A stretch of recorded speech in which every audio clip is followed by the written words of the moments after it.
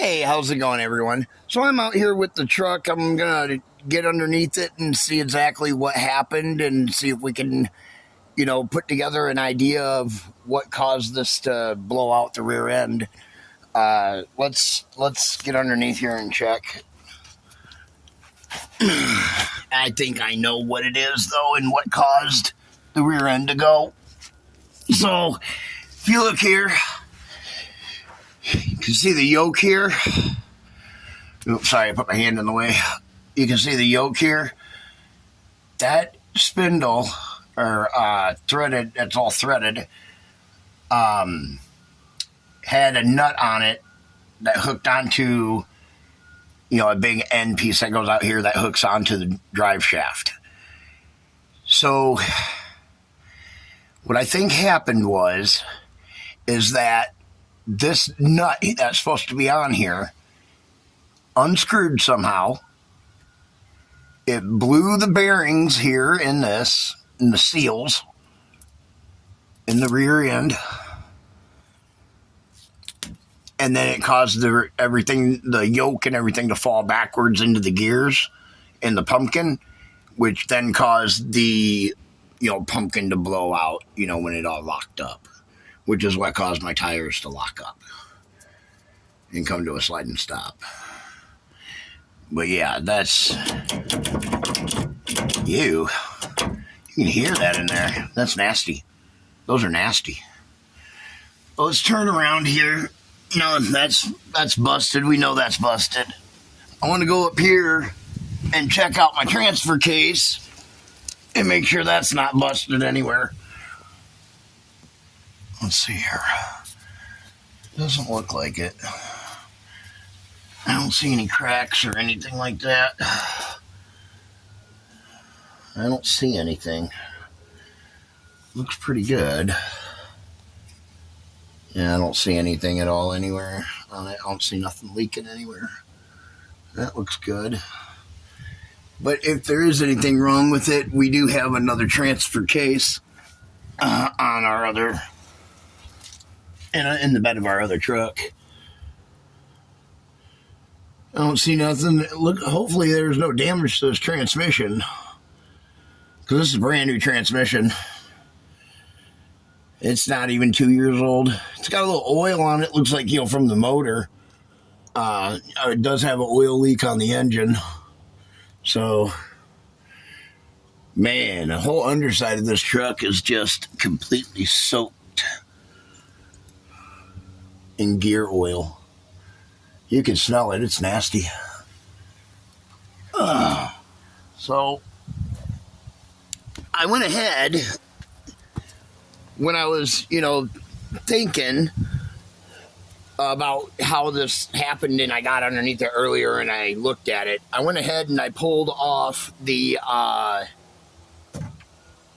end for the drive shaft here. And inside there, the nut and washer was sitting in there. I have it right in here. So we know exactly what happened. This nut right here backed off. This whole end of this yoke right here came off of the spindle.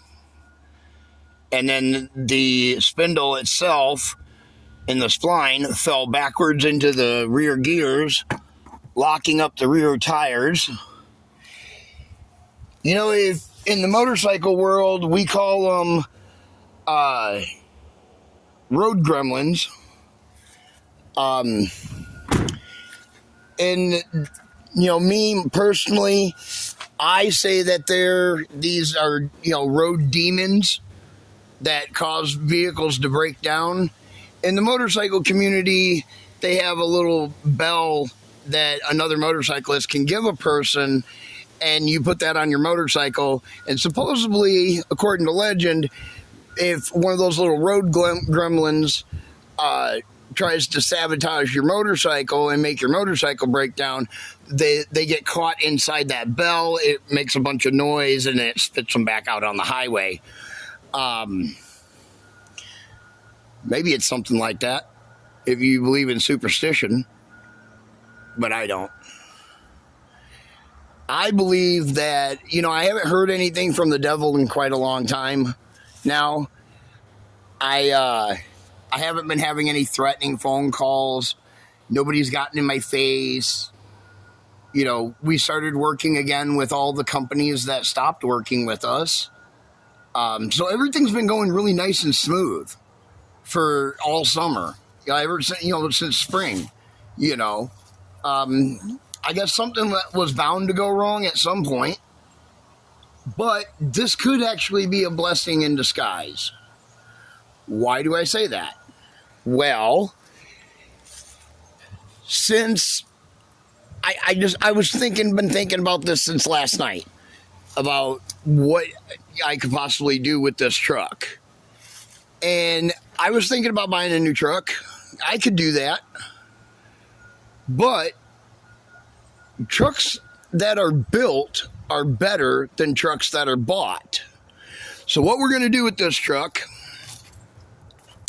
is we are going to upgrade the rear axle to a Dana 80, which the Dana 80s, you find them in the 2500 series trucks and the 3500 series trucks.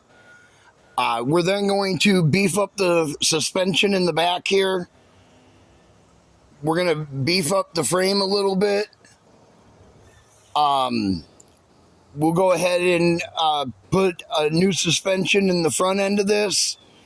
And because it does have a bad tick in the motor, I've been wanting to upgrade this motor. I found on Facebook Marketplace a Dodge V10 for $400 with the transmission. And that's what we're going to do with this truck. This is going to be my next truck, but it will be built, not bought. This is going to be one bad tow truck right here. And yes, I done decided. I was talking to my wife, and this tow boom was not supposed to stay on this truck. This was bought to actually go on the white dually right over there, the 3500 series. But I'm going to leave it in this one. I will find another one for that truck. There is a guy that has one online right now for sale. It's the exact same as this one for $300. I just don't have a way to go get it. And so we'll figure out something there. And like I said, this is going to make one sweet tow truck.